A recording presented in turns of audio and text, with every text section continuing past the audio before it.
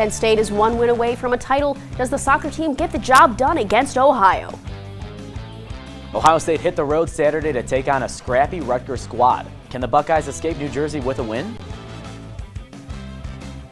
And the Browns look to get back on track against the Cardinals. Find out if today is a victory Monday in Cleveland. The Sports Corner starts right now.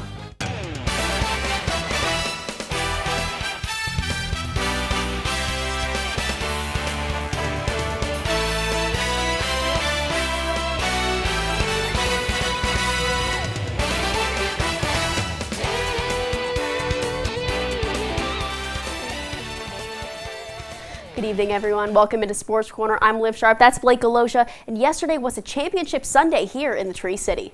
The Golden Flashes soccer and field hockey teams competed in the MAC title games as they were looking to bring some hardware back to Kent.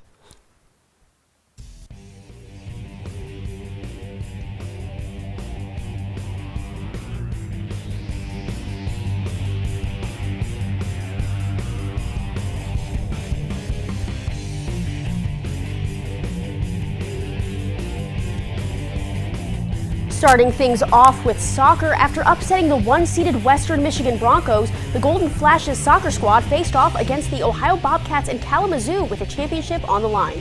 Kent State took the lead early thanks to freshman Elena Raimondo as she scored in the 3rd minute. The Flashes, however, could not hold the lead as the Bobcats scored 2 goals in the first 20 minutes of the second half and took home the MAC championship.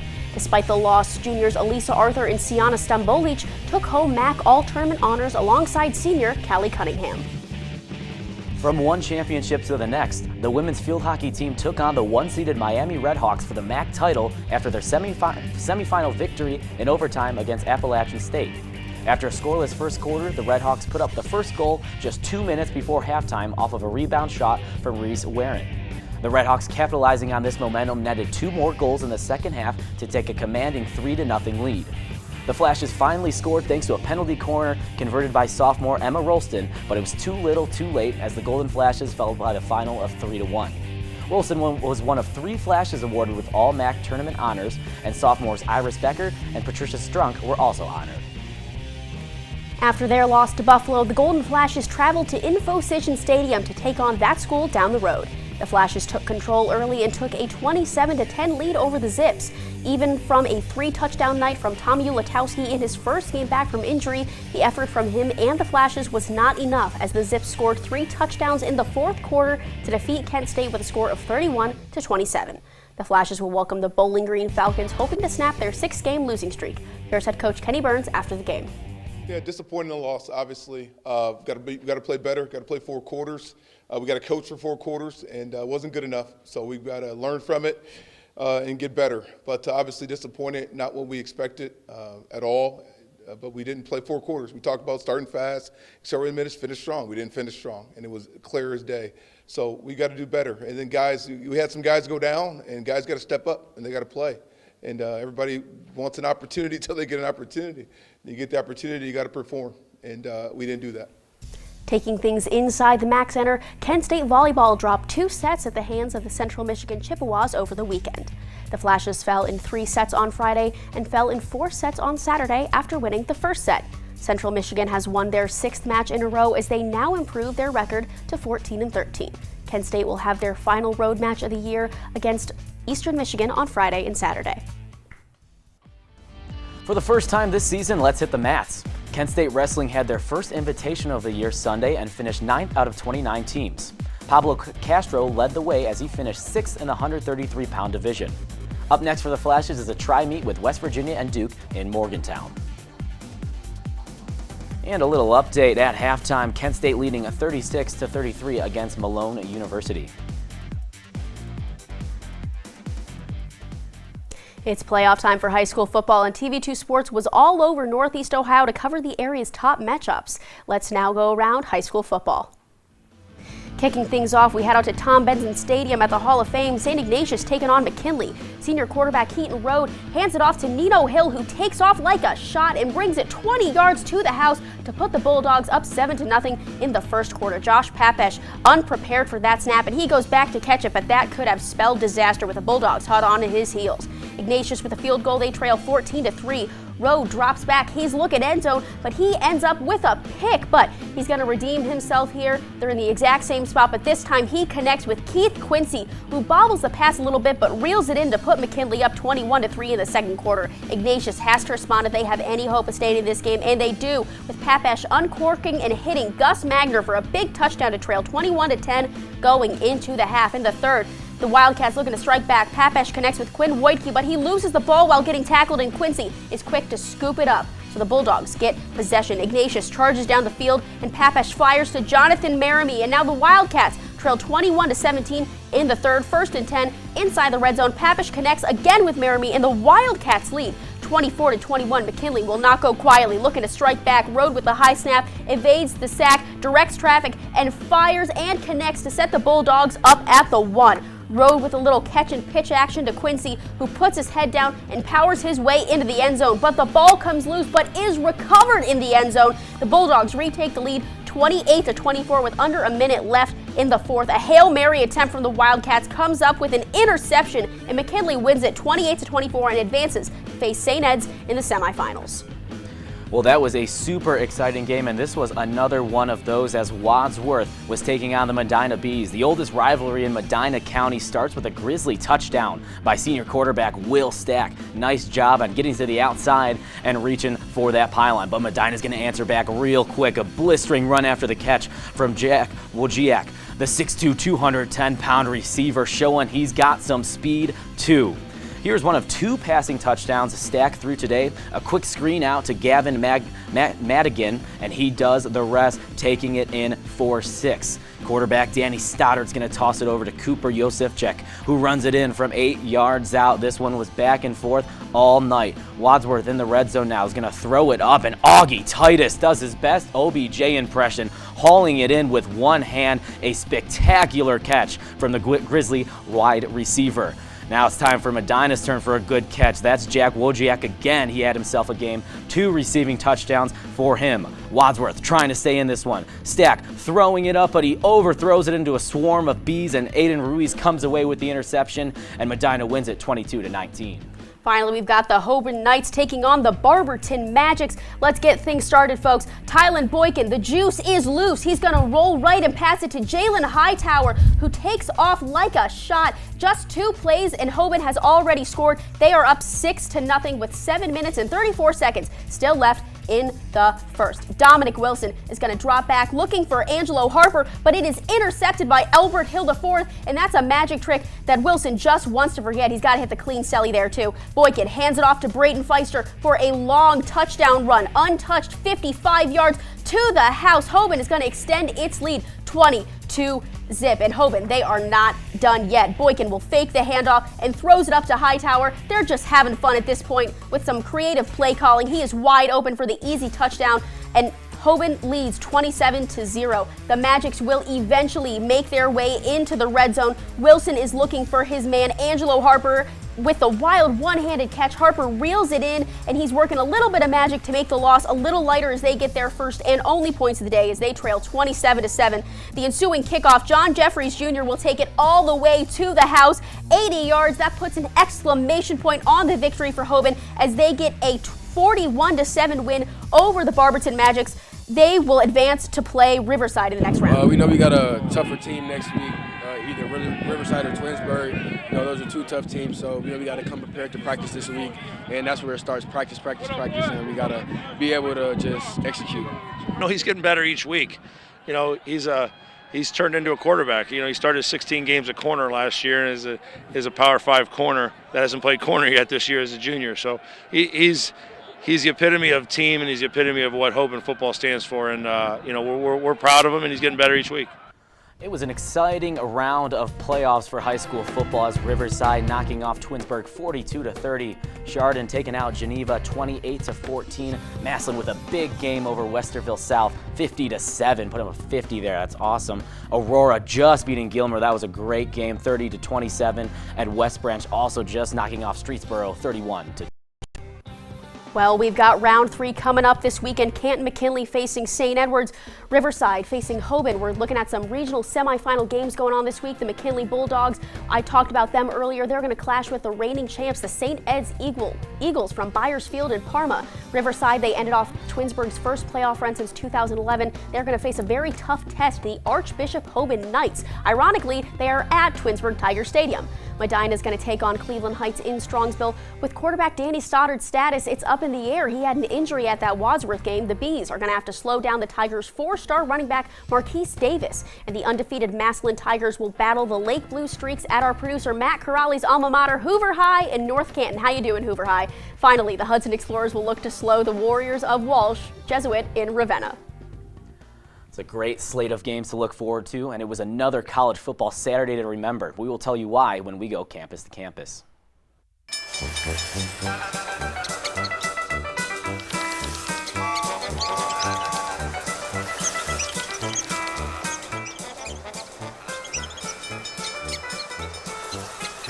Kids will spend 15 minutes watching online videos like this one. Brushing for 2 minutes now can save your child from severe tooth pain later. 2 minutes, twice a day. They have the time. There was an old woman who lived in a shoe. She had so many children, she didn't know what to do.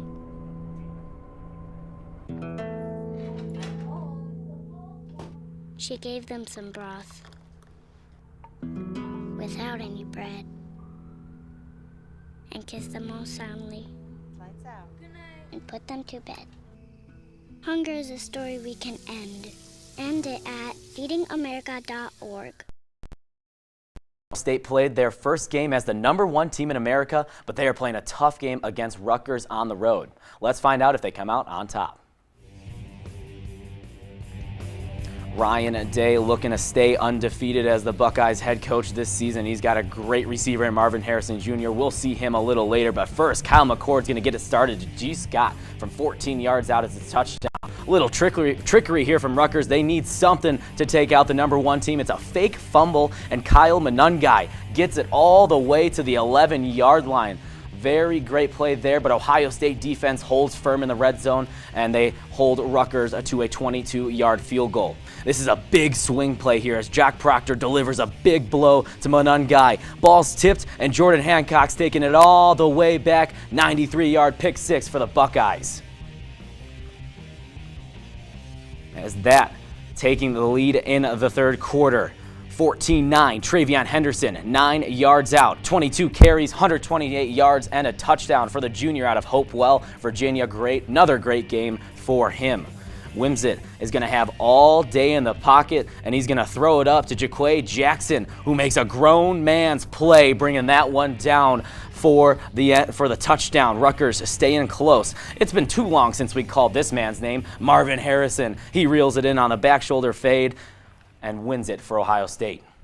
Hey everyone, I'm Ryan Shanko, and I'm going to be your captain as we fly from campus to campus on this beautiful Monday night. We started in Piscataway. Let's take it out to the West Coast as we start with a big-time game in the Pac-12. It's Caleb Williams and USC. It's Michael Penix in Washington, and that is Caleb Williams' 10th rushing touchdown of the year to put USC on top 14-7.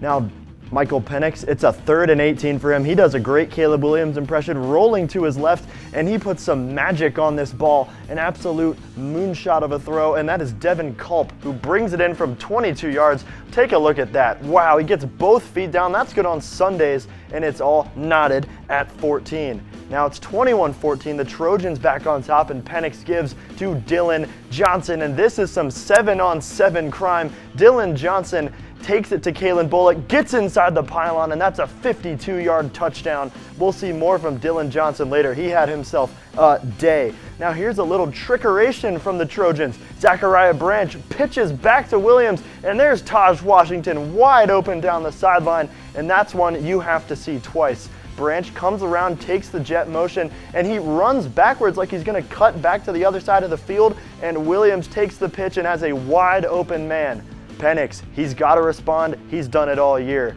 Here is a seed to Jalen Polk The other half of Washington's dynamic wide receiver duo in this game is tied as we head to the break. Washington is up 7 now, and it's a 4th and 1. No field goal for USC. They're going to throw it to the end zone. And just like his dad, Brendan Rice, making his father proud, that's a touchdown on 4th down. And it's tied again, 42-35 now. Williams, it's 1st and 10 this time, but it's the same side of the end zone, and it's another touchdown. That's Mario Williams, and this game is tied at 42. USC has the Huskies backed up, but this is a pitch to Dylan Johnson, and like I said before, he had himself a day. This one would go for 53, and he finished with 26 carries for 256 yards, and not 1, not 2, not 3, but 4 touchdowns. The Mississippi State transfer had himself a night, and like I said, this is the 4th of those touchdowns, and that would seal the deal. Washington wins it 52-42 in a thriller. They stay unbeaten and control their destiny in the Pac-12. And now we have the 18th and seemingly final bedlam before Oklahoma heads to the SEC. Let's get into it. Alan Bowman hands it off to Ollie Gordon II, who finds an opening, takes off, and leaps for the pylon to get the Cowboys on the board first. Great tough run, and OSU leads 7-0. Sooners looking to strike back and will do so with Gavin Sawchuk. He hits the 50, and he knows there is not a single person who is going to be able to catch him. Sawchuk goes 64 yards for the tutty, and we are all tied up at 7.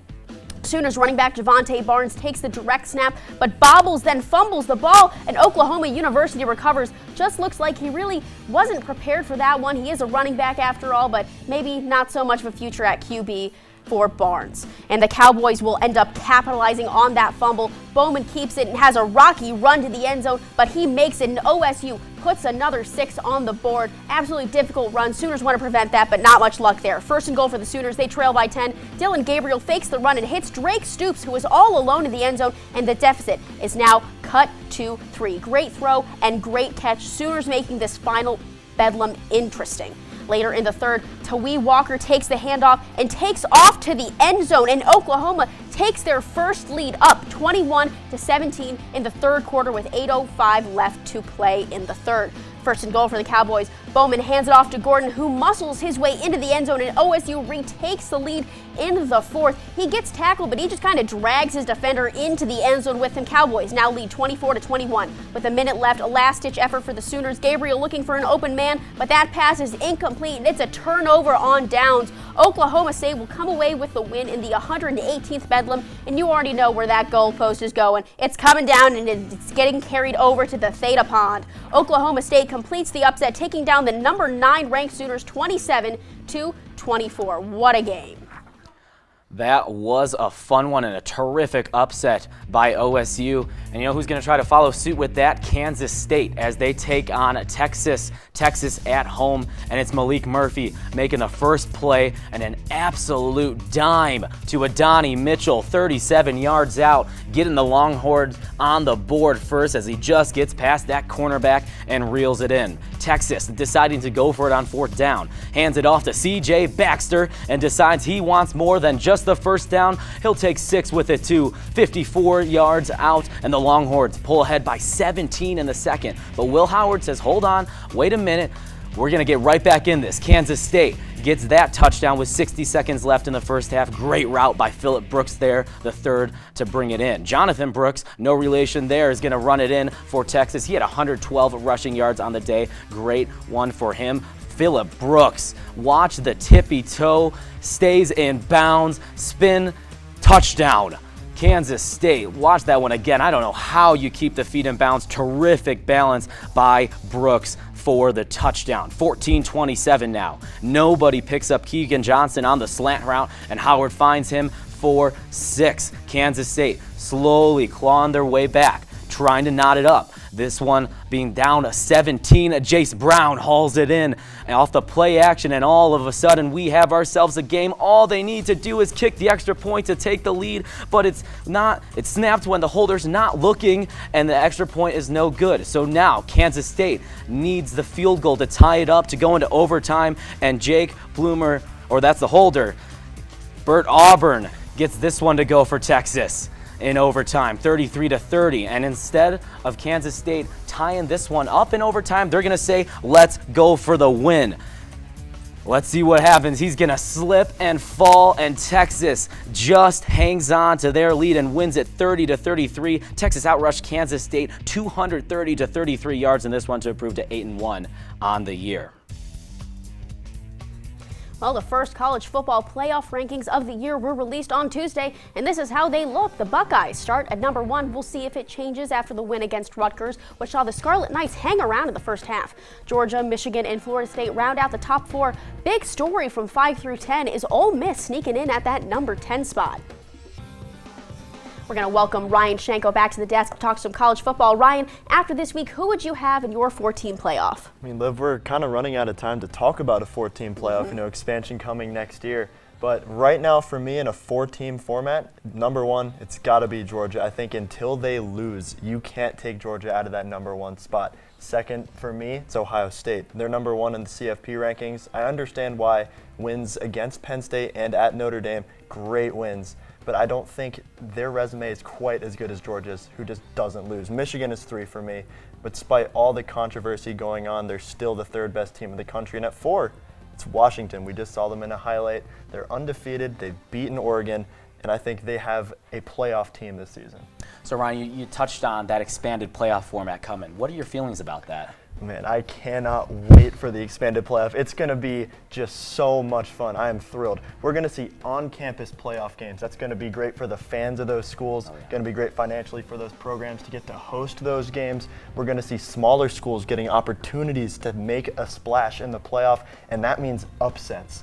And of course, more football. We're going to have 12 teams in the playoffs. And that means bonus ball for everyone as the season comes to a close. And I don't know anyone who wants to see that go away. I mean, absolutely. More football, more happiness. As the season wraps up, who is your pick for the Heisman? Well, it's going to be Michael Penix Jr. I think he's going to win it. But I want to talk about someone else. He stayed out of the spotlight this season. It's a guy we just saw in your highlight for Oklahoma State. It's Ollie Gordon II. This guy has been unbelievable this year. He's catapulted into Heisman odds following 6 consecutive 120-yard games, including a run of 3 in a row where he had 250 yards.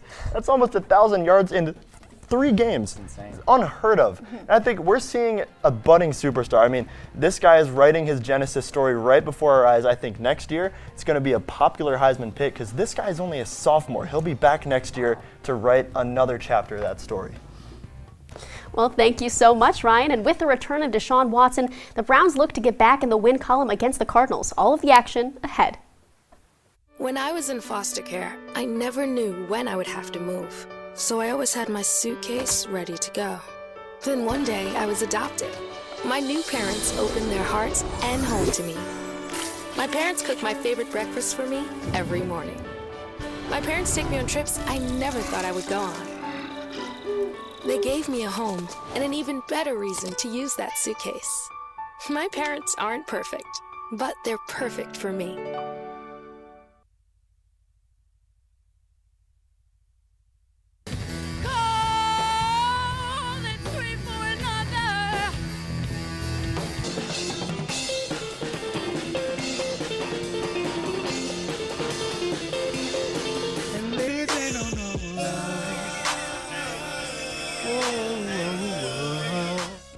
Catch Kent Core Fridays at 9 p.m. TV2 Entertainment. See what's up. The top defense in the NFL welcomed in a rookie quarterback in his first NFL start. Should be an easy win, right? But hey, this is Cleveland. Anything can happen. Let's go to the lakefront to see how it all went down. Deshaun Watson back as the starting QB. Let's see how he fares. 1st and 10, Watson fakes the handoff, sits pretty in the pocket, and uncorks to Amari Cooper way downfield. That goes 59 yards before he gets escorted out of bounds. 1st and 10 for the Cardinals. Rookie Clayton Tune getting his first start, and it did not go well. Denzel Ward cooking barbecue and hurting feelings with that pick. And you know what they say, 2 + 4 = 6, and that is exactly what Cooper and Watson got. Cleveland leads 10-zip. On 3rd and 4, Watson hits the Chief for another touchdown. Cleveland rolling up 20-0. Watson connecting well with Cooper. He had 139 yards. Here's 49 of them as he gets escorted out of bounds right around the 2 to 3 yard line. Sets up this 1st and goal, and Kareem Hunt is cooking. Takes a big hit, but keeps pushing into the end zone for 6, and that will do it. The Browns take care of business at home and get their first shutout since 2007 to the tune of 27-0. What's going on, guys? I'm Katie Waggold. I'm here to take you around the NFL. We begin our adventure in Houston with the Texans taking on the Buccaneers. Here we go. Smith and Ryans looking to get a win for their respective teams. First, Texans drive. C.J. Stroud finds Dalton Schultz, fumbles it, and Winfield Jr. falls on it around the 42. Later, Chase McLaughlin makes a 35-yard field goal, making it 3-0 for the Bucs. Texans get their ball back, driving down. Stroud finds Nico Collins for the touchdown, 7-3 Houston. Bucs have the first and goal. Baker Mayfield finds tight end Cade Otton, making it 10-7 for Tampa Bay. Second quarter, Richard White takes it up the middle to extend the Tampa Bay lead, 17-7. And with the second half here, Bucs up 20-10. Stroud finds wide receiver Noah Brown. Brown takes it all the way to the house, 75 yards down the sideline. The Texans cut closer, 20-16. Houston on the move again. Stroud sends up a rainbow to Tank Dell. Houston making it a 1-point affair, 23-22 Tampa Bay. Let's go to the fourth. Stroud finds Schultz for a second time, and Houston gets back on top, 28-22. Texans go for two. Stroud reaches across the goal line for the second score and makes it a 7-point game, 30-23 Houston now. Bucs ball back. Baker sends a missile to his old friend Mike Evans. 2 plays later, it's Richard White again. His second touchdown ties it. Houston gets a field goal to go up 3, but Baker finds Cade Otton for the lead with less than a minute to go. 37-33, Tampa Bay's up, but what can C.J. Stroud do? He finds Dell again for the last second score. Baker cannot believe it as Stroud throws 470 yards, the most by a rookie in a game. Now to an NFC East showdown as the 7-1 Eagles try to keep separation from the 5-2 Dallas Cowboys. Kenneth Gainwell is going to get started off. Great duo running back right there between DeAndre Swift and Kenneth Gainwell as Gainwell finds the end zone. Dak to Jake Ferguson evens this one back up. Nice day for Ferguson. 7 receptions, 91 yards, and a touchdown from the tight end out of Wisconsin. And what a ball from Jalen Hurts to Devontae Smith as both receivers, Eagles receivers are going to get in on the action. A.J. Brown, touchdown at number 6 on the season for him. Prescott's going to have all day and going to run outside the pocket and is going to find Jalen Tolbert, who toe taps for the passing touchdown, number 3 on the day for Dak. And this one is only a 5-point game. They're going to go for 2 to try to get this one to within 3. Dak's going to roll out, stretch for the pylon, and at first it looks like he's in.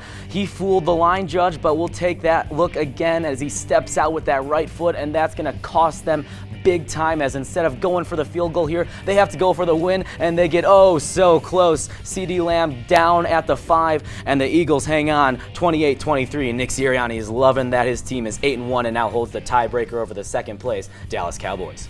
And we say Guten Tag as we head over to Frankfurt, Germany to see the Chiefs taking on the Dolphins. Easily the most anticipated game of the week. 9:30 in the morning, 2nd and 10 for Kansas City. Pat Mahomes with a quick pass to Rashee Rice. And Blake, look at that. He just runs through Rasheed White to get the touchdown. 3rd and 3 for the Chiefs. Mahomes dropping back, fires, hits Jerick McKinnon, and he sees open green and takes off to the end zone. Kansas City is rolling up 14-0. Now, the play of the game. Tua Tagovailoa checks it down to Tyreek Hill, but Trent McDuffie strips him of the ball. Mike Edwards scoops it up, then gets caught, so he laterals it to Brian Cook, who tiptoes down the sideline, up the tightrope to take it 59 yards to the house for the Chiefs touchdown. Look at this replay, Blake. I mean, it's such a smart play by that Chiefs defender right there, getting that ball out and then taking it back. Very great play all around. Miami trying to make this a game in the third. Tua with a deep pass to Cedric Wilson Jr. Amazing grab by Wilson, 31 yards, and the Dolphins now trail 21-7. Chiefs on 3rd and 20 trying to extend the lead,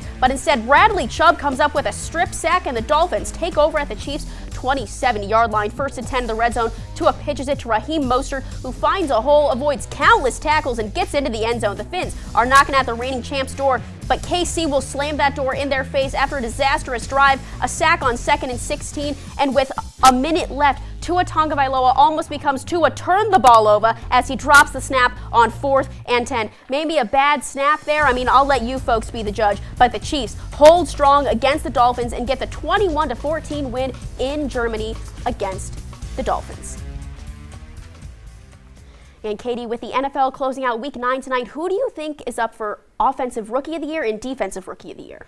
Well, I'm going to start with the offense. I think the Offensive Rookie of the Year is going to be C.J. Stroud. C.J. Stroud has shown over and over again of actually how great of a quarterback he is, with some of the highest yards in a game for a rookie, especially coming off this last game against the Buccaneers. I have him down. For the Defensive Player of the Year, I have Jalen Carter. He's great on that Eagles defense. He just comes in, he has several sacks, more tackles. I think as his career goes on, he's just going to continue to build on what he's already started with the Eagles. So who do you think the fakes and the greats are so far this season? That's a very good question. The fakes and greats of this season. I'm going to start with the greats of this season. I think I've said it, and many others have said it more and more, time and time again. We have the Eagles. I mean, they've only lost one time this season. I believe they have something very strong coming off of last season. I'm just excited to see where they go for the rest of the season. Another great team is definitely the Ravens, with Lamar Jackson having a 71 completion rate on his season.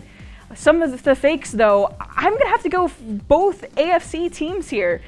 Both the Bills and the Dolphins are very disappointing for me, more so the Bills here, because Josh Allen with these repeated interceptions.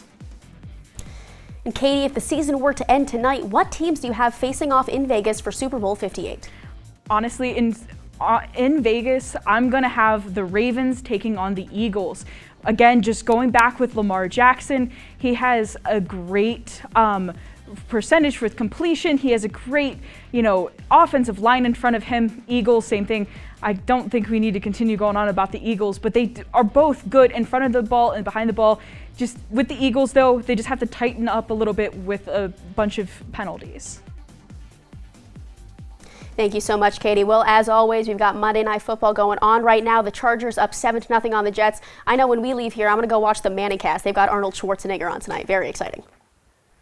That does sound fun. Two familiar foes squared off on the hardwood Sunday. Find out if it was the Cavs or Warriors that prevailed in Cleveland.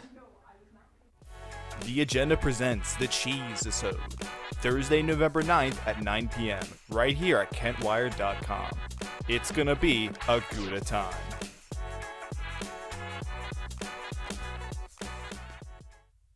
So, I just moved in with this family, and it's embarrassing. The little one, he likes to go outside and crawl around in the giant litter box. I don't know what he's doing. I mean, I was born and I knew how to use the litter box. Look at that. That's disgusting. Oh, poop already. You're making me nervous. Oh, okay, I can't look at this anymore. I really hope he grows out of this, for his sake. Hey, did you know that 2.4 million loving cats and dogs in shelters and rescues need our help to find a home? Go to theshelterpetproject.org and search your local shelters and rescues. Go for a cuddle with your next best friend. Adopt. Cavs and Warriors, a rivalry that is deep in the history in a new era. Who will take the first edition of Cleveland Golden State in 2023? Let's find out. A busy day for Cleveland as the Browns hosted the Cardinals at 1, and now the Cavs facing off against Steph Curry and the Warriors.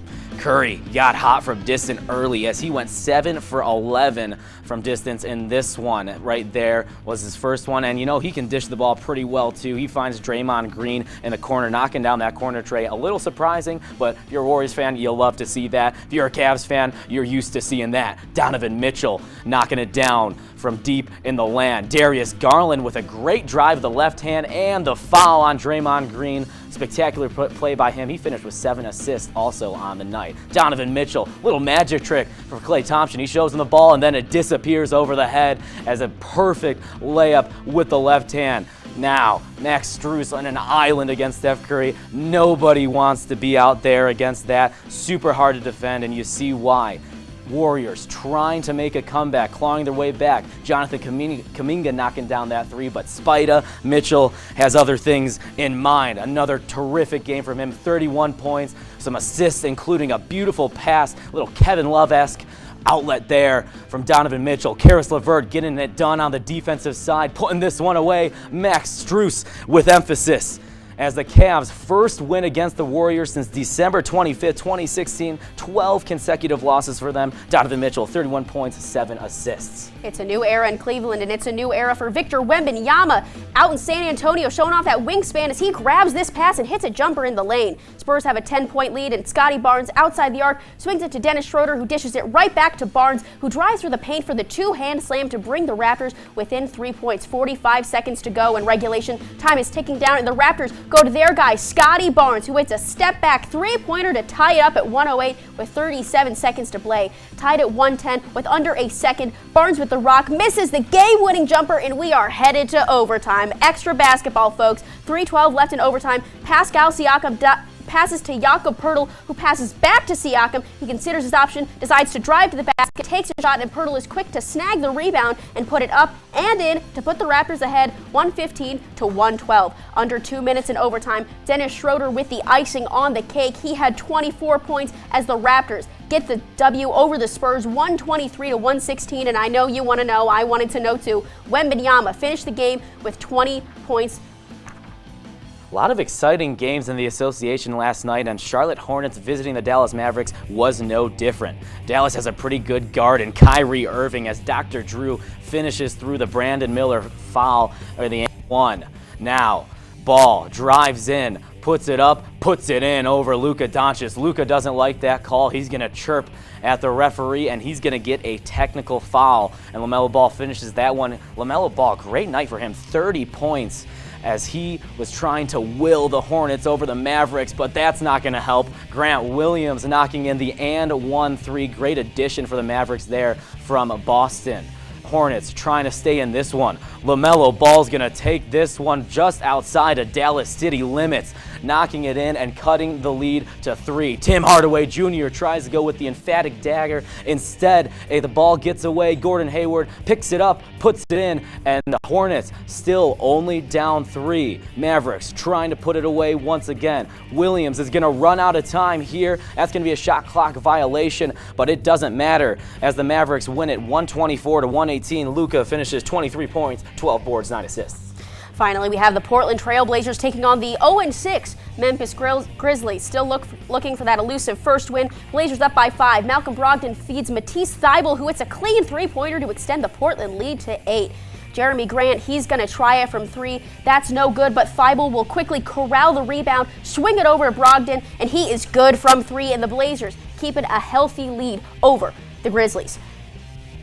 Skylar Mays has the ball. He's going to fake it and drive through the paint and hit the one-hand slam. Bang! Portland leads this one by 9. We've got time ticking down in the first quarter. Big man Luke Kennard trying to pull the Grizzlies back. Hits a step back 3. That's good as gold, and the Grizzlies end the first down by 2. We jump to later in the second. Jaren Jackson Jr. takes down Grant to make the basket, and the Grizzlies now lead by 1. Jackson Jr. doing it all. He's going to get the bounce pass, tries to take the shot. He's going to end up drawing the foul, makes the basket, and has the chance for the three-point play to extend Memphis' lead, and Thybulle not happy about that one. But hey, what can you do? Time running out in the half. David Roddy passes to Kennard, who passes to Jackson Jr., who banks a catch-and-shoot 3 to put the Grizzlies ahead by 8 at the break. Moving to the third, Grant gets fed outside the arc, and that's a clean 3 to pull the Blazers within 3. Grant finishing the night with 27 points. Mays is going to dish it out to Shaedon Sharpe, and you can take that to the bank. Sharpe puts Portland ahead by 9, keeping that elusive first win out of reach for now for the Grizzlies. But Jackson Jr., who's been doing it all game, hits a slam dunk to tie things up at 100. And spoiler alert, the Blazers will not score for the rest of the night. Kennard hits Desmond Bane, who connects with Bismarck Biyombo, who hits a two-hand slam to put the Grizzlies up by 4. Great ball movement by the Grizzlies all game, especially in this play you're going to see right here. It's capped off by a three-pointer from Kennard. Memphis ended the game on a 14-0 run, and they get their first win, 112-100 over the Portland Trail Blazers, who now drop to 3-4. Well, Blake, I know we're really early into the season, just about 2.5-3 weeks, but right now, who is your championship prediction? So I think both sides, it's still wide open. Bucks have looked not great so far, but I think I'm going to go with the Bucks from the East, and it's a little surprising here. We could say the Nuggets. I mean, everybody wants to say the Nuggets. I'm going to go with the Dallas Mavericks coming out of the Western Conference. You know, the Mavs they had a great offseason. They adding Grant Williams. They drafted Derek Lively out of Duke, who is going to be hopefully a Jokic stopper. I mean, he was named ACC All-Defensive Team last year for Duke. It's a tough ask for a rookie. They also got Maxi Kleber if he can stay healthy. I really like them on the perimeter. I like them inside. They match up very well for Dallas. They match up against Denver very well. Well, I know we said that this is going to be the year that Luka wins MVP, so I'd love to see Dallas Mavericks come out of the West, but I'm going to go with what everyone is saying. I'm going to go with the Denver Nuggets. I mean, come on. No one has been able to stop Jokic. I mean, I don't think he's going to win MVP, but there's simply no one currently in the league who has been able to even stop him in the slightest. I mean, people are thinking the Suns right now, but that core of Beal, Booker, and Durant, they really haven't played together yet, so it's going to be interesting to see how they do. I mean, preseason, sure, they did well, they meshed well, but that's preseason.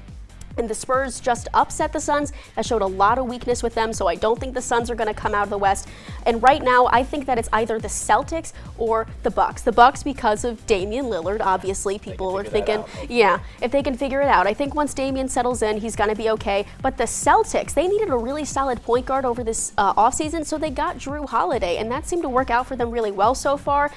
So I think that it's either going to be the Celtics or the Bucks coming out of the East facing up against the Nuggets. But like I said, we're 2.5 weeks into this season. A lot of time. A lot of things are going to happen. Celtics defense is looking nice though with Drew Holiday at the guard. Absolutely, a lot of things are going to change.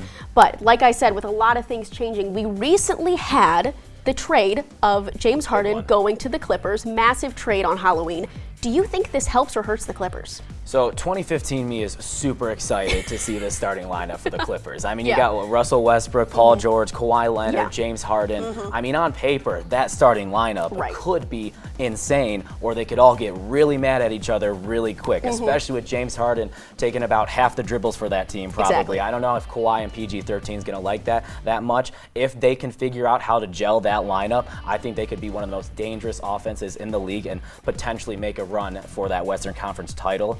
So I think in the long run, it could hurt them because that depth behind that starting lineup is just non-existent. But if that starting lineup can play like how they've been advertised, it's going to be a lot of fun to watch. On paper, this is a juggernaut team. This is the super team of everyone's dreams. And on paper, it does improve their odds to win a championship, but I think it's going to hurt them. I simply think this is just a too many cooks in the kitchen situation. George, Leonard, Westbrook, lots of big personalities. Harden's on his 4th team in 22 months. We know he wanted to go to the Clippers, but I don't know if he's going to realize when he gets there, is this really what I wanted?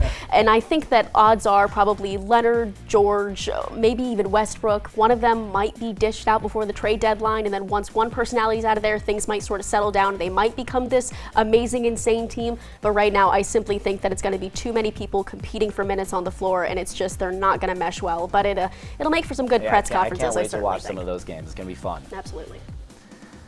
Well, didn't you hear? Mr. Coffee Hour is back. Nico Crespo is in the studio for his sizzling hot takes. Well, Thomas, you've got pre-diabetes. But with more exercise and a change in diet, it can be reversed. I've tried exercising. It just makes me hungry for bacon. I love bacon, too. And who really likes to exercise? Not me. Me neither. Nobody. So we're good? What? Oh, you still have pre-diabetes. Big time. I surrender. All right, pal. Get ready for the day, buddy. Hey, Dad. Hey, Dad. Do we have a gun? What's up? Do we have a gun?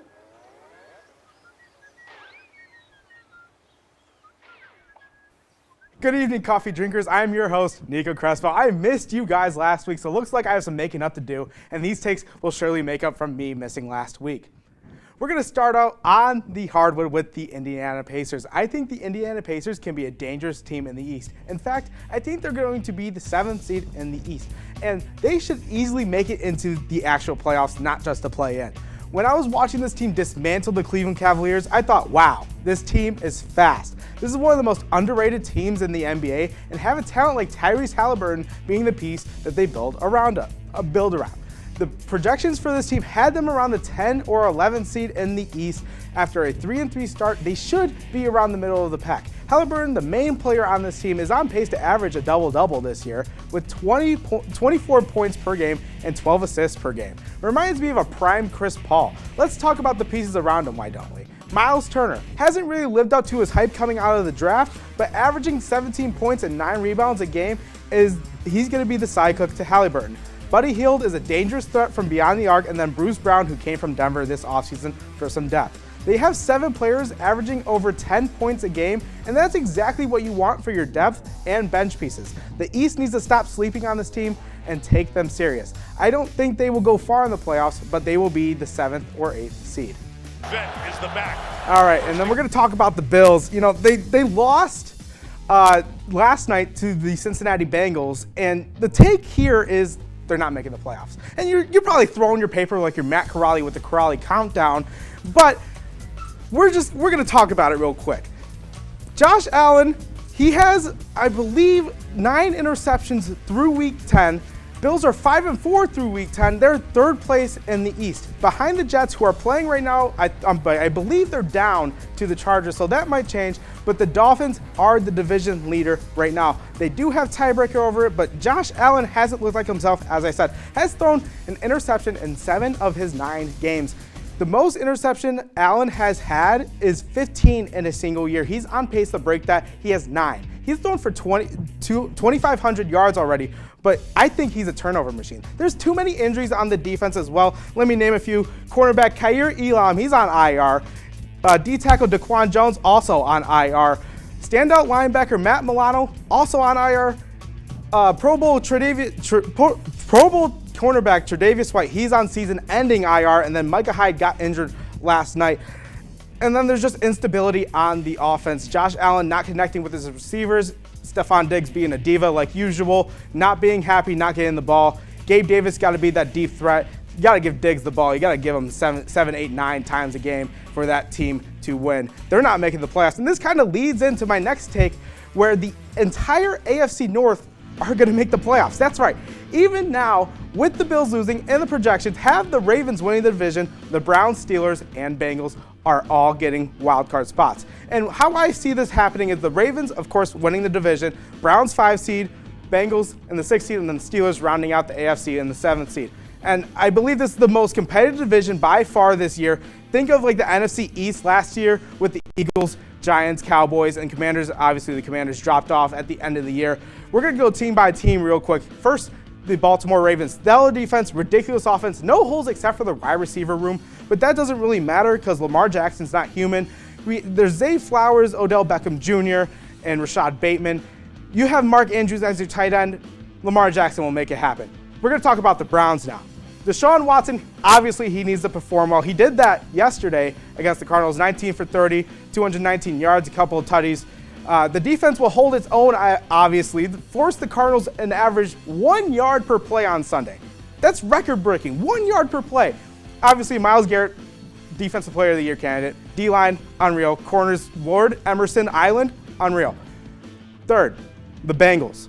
Their defense really surprised me last night. Looks like Joe Burrow also finally woke up and really impressed me last night. I'm pretty sure he went 24 for 30, 250 yards or so, a couple of touchdowns. Joe Cool's back for good. It's kind of scary being a Browns fan, seeing him wake up, but you got to stay healthy. The calf, he had a little problem with his calf. He had to get a heat pad on it, but obviously it didn't seem too big of an issue. He beat the Bills easily. And then we're going to round out with the Steelers. This team somehow just finds ways to win. The Steelers that play in the first 3 quarters seem to be a shell of themselves, but once Renegade plays, it seems like they won't lose no matter the deficit. The offense is the definition of mid. Kenny Pickett, also the definition of mid. I don't understand what's going on with him. He makes some good throws, and then he has some awful decisions. His wide receivers aren't really helping him that much. George Pickens also getting the Stephon Diggs treatment, being a diva. Obviously, the running game hasn't been what they wanted. Najee Harris falling off a cliff from last year. And then Jaylen Warren, he's done a really good job of complimenting Najee Harris and his struggles. Then when you're talking about the Steelers, you're talking about the defense. TJ Watt, obviously, Defensive Player of the Year last year. Highsmith, Great complimented him on the other side of the ball. But that's all I got time for tonight. It's time to get a little bit colder, so I'll kick it to Blake, Liv, and Della with the NHL. As always, coffee drinkers, keep sipping. Thank you, Nico. Those were definitely worth the wait. Now let's take a look at the Blue Jackets as they were in Washington Saturday to take on the Capitals. The 38-year-old Alex Ovechkin has 8 points through 10 games as his Capitals are hosting the Blue Jackets. The Caps are going to get on the board first as Rasmus Sandin loses the puck, but Tom Wilson is right there to clean it up. So you watch this one again. There's a lot of Blue Jackets in the area. The defenders are there, but Wilson just skates past all of them and nets the goal. Columbus down 2-0 in the second. Puck's going to bounce around a bit in Capitals territory, and Marchenko with a quick shot from the outside gets it past the pads of Charlie Lidgren. As look at that, just getting it over that outstretched right peg, and that's all the Jackets do as the Capitals win it 2-1 and improve to 5-4-1. Hey Portage County, I'm Della Fowler, and grab your skates. Time to keep up and lace them up. Let's go around the NHL. And we're going to take it here. Wild, they need a win. They're hoping to rebound. Here come the Rangers, though. Up one, Trocheck, Lafreniere, and take it. Who else? Artemi Panarin finds the 5-hole, and the Empire State is up 2. Rangers have scored on 2 of their 3 shots. Fleury, are you okay? Shesterkin's hurt, Johnny Quick's in the net, but the deception of the Wild are going to find the empty net on the left side, and Joel Eriksson sends it 1-goal game, people. Johansson's now going to go around the back of the net. Don't blink or you'll miss it. Matt Zuccarello tips it in, and we're all tied up, baby. Now, a good pass and a broken stick, sometimes all you need. Marco Rossi, not Margot Robbie, although I wish it was, gives the Wild the lead.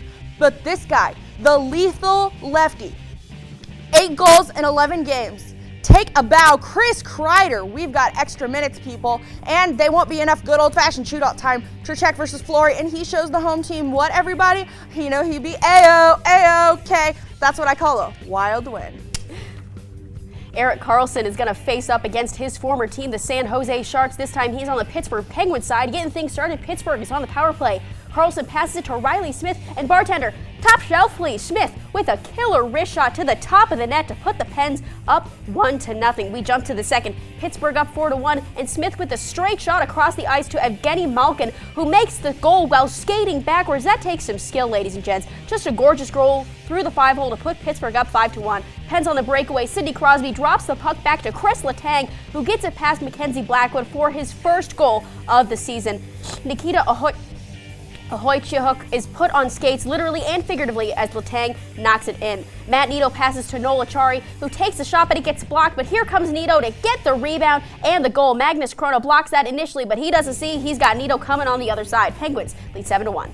A lot of scoring in the NHL, and the Vegas Golden Knights are going to keep that up. Let's head to the Sin City, where the undefeated Golden Knights looking to stay perfect against the Avalanche, and it's going to help out early on the power play as Brendan McNabb sets up Mark Stone for the goal. Jack Eichel also had 2 goals on the night, including this one off the break. Watch this one-timer from the right side, getting it past the opposite side of the goalie. Now, turnovers hurt the Avs bad tonight as William Carrier makes them pay off of some very unselfish passing by the Golden Knight forwards. Another power play goal for Vegas. Mark Stone sets up Jack Eichel. The two combined for 6 points on the night, and the Vegas crowd is loving it. This time, Mark Stone is going to score a shorthanded goal. They're just doing everything against the Avalanche, as the Knights and Vegas bettors are going to be very happy after all these goals. 41 saves for Aiden Hill as he records his 6th career shutout. And in turn for me getting the longest hockey highlight this week, I also got the shortest one. Thatcher Demko's having a great season so far, and I'd say the Vancouver Blue Suits Pius Suter on the feed from Dakota Joshua. That's a goal, people. It's 1-0. Canucks in the zone again, passing around the back, feed from the left. It's gonna be too easy. Watch this, my friends. Elias Pettersson is God. A no-look pass and a stellar performance from Demko. His offense secures a Vancouver win against a very good Dallas team. Shutout number 2 on the season. Go Nucks. Let's wrap this up. The New Jersey Devils facing the Chicago Blackhawks. Let's get into it from the blue line. Chicago's Wyatt Kaiser passes to Tyler Johnson, who tries for the blue net, but that's saved by goaltender Vitek Vanacek. But Taylor Hall is there for the rebound score. Chicago leads 1-0. New Jersey on the power play. Dougie Hamilton passes to Eric Howla, who shoots it to Dawson Mercer at the goal line. Mercer brings it in front of the goaltender for a wrist shot score, and we are tied at number 1. Mercer making a call to the toy department for this goal. Kevin Korchinski turns it over to New Jersey's Max Willman, who brings it down the ice. Willman is hustling for the score at the net, showing some serious speed to get the Devils up 2-1. Jumping ahead to the third period, John Marino brings it to the net and tries for a score, but it's saved by Marino. He's going to snag the puck and shoot it again, but this time Curtis Lazar will be there to sneak between the goaltender's legs. Lazar there to finish the job with a laser through the 5-hole to put New Jersey up 3-1. But Chicago will not go quietly. Jason Dickinson manages to get the puck away from the Devils behind the net. Andreas Athanasiou finds it and guides it to Ryan Donato for a score at the net, and we have a game. Chicago only down 1, but they end up pulling their goalie, and the Devils come away with a 4-2 win over the Chicago Blackhawks. Well, as we get deeper into the season, Della, who is struggling so far this season? This isn't even an opinion at this point because the San Jose Sharks are objectively bad. They've allowed back-to-back 10-goal games and haven't won a game yet this season. They are having defensive problems, but they aren't scoring much, in fact, either. They're averaging 1.2 goals per game, and in most circumstances, a goal isn't going to win you a game, people. And with this and cap space, the only option is a rebuild. They got Will Smith last year at 4th overall, and right now they're sitting pretty to be back-to-back top picks in drafts. Well, on the flip side, who is the juggernauts of the league so far? It's got to be between Vegas and the Bruins. However, the Bruins take it from me. Yes, I know Vegas is undefeated. I don't want to talk about it. Pasternak is scoring like his life depends on it. But go with me on this, y'all. This is why the Bruins are better. The only way I can see things going south for them is Boston. They can't rely on Pasta being hot because nobody can really play that well for that long. Come on. And Bergeron's gone. They need offensive help. And we get down to the line, don't hate me, but I could totally see the Bruins trading Ullmark for scoring and relying on their goalie depth. He has a huge trade value after his Vezina season last year, and they can have blockbuster offense without the defense being that bad. Well, we've got the bottom and we've got the top, but who is just horribly mid that just, shouldn't be? Yeah, that's going to be the Toronto Maple Leafs. Last season, they finally won a playoff series, and they had some big pickups in the offseason with Bertuzzi and Klingberg, but they just aren't meshing. I'm worried about it. Austin Matthews is scoring at a goal per game pace, but if they're still under 500 when Matthews is doing that, something needs to change. Well, thank you so much, Della. And hey, don't change that channel. Our award-winning segments are coming right up.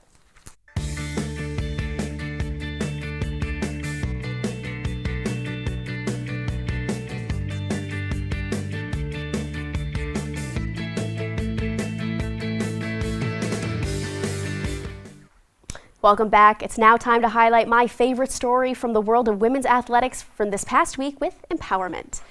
And for empowerment this week, let's head on over to UNC to talk about their field hockey team, but specifically their coach. The first-year head coach who led the Tar Heels to their 7th consecutive ACC conference title is 23.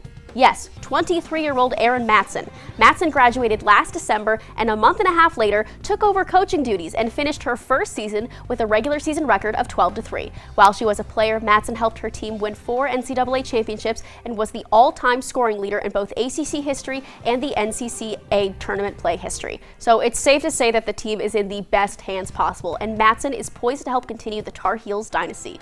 Matson now has the chance to be the first head coach to win the NCAA tournament in her first year. That action kicks off on Wednesday, and I, for one, am absolutely rooting for the Tar Heels and Coach Matson. Well, welcome into Blake's Best Bets. We got 2 of them this week. Once again, I like Colts -1 versus the Patriots. Both of these teams have been up and down this season, but I think the Patriots are just worse than the Colts. And if it's just at -1.5, I'll take that all day. And on the other side, Texans versus the Bengals. Both these teams' offenses are clicking right now. I don't think there's going to be much defense in this game. I think 46.5 is too low of a line for this. I'm taking the over on that one. If you put 2 of those together, $10 can win you $36.13.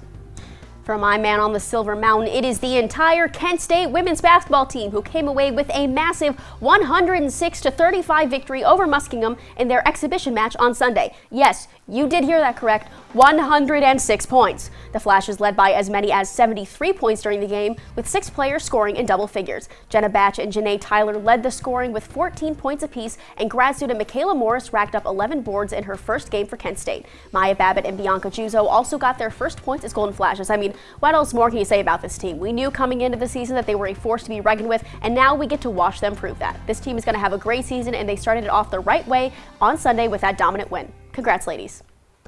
And this week, my man on the Silver Mountain is Donovan Mitchell. Mitchell has been phenomenal for the Cavs, who have been dealing with injuries early this season, and Mitchell has averaged over 35 points, 4 rebounds, and 5 assists through 6 games. He's been one of the top scorers in the league, but now he's facilitating for the Cavs offense, which makes them even more dangerous. He illustrated that beautifully in the 115-104 win against the Warriors last night, the first dub over Golden State in a long time. Donnie finished with 31 points and 7 assists, but also played some stellar defense down the stretch in the fourth quarter. Donovan Mitchell, watch out, MVP caliber season on the way. And that is all the time we have for tonight. Thank you so much for tuning in. For all sports updates, follow our socials at TV2 KFC Sports on X and Instagram. I've been Liv Sharp. And I'm Blake Alojo. Have a great night, everyone. Brush, brushy, brush, brushy, brush, brush your teeth.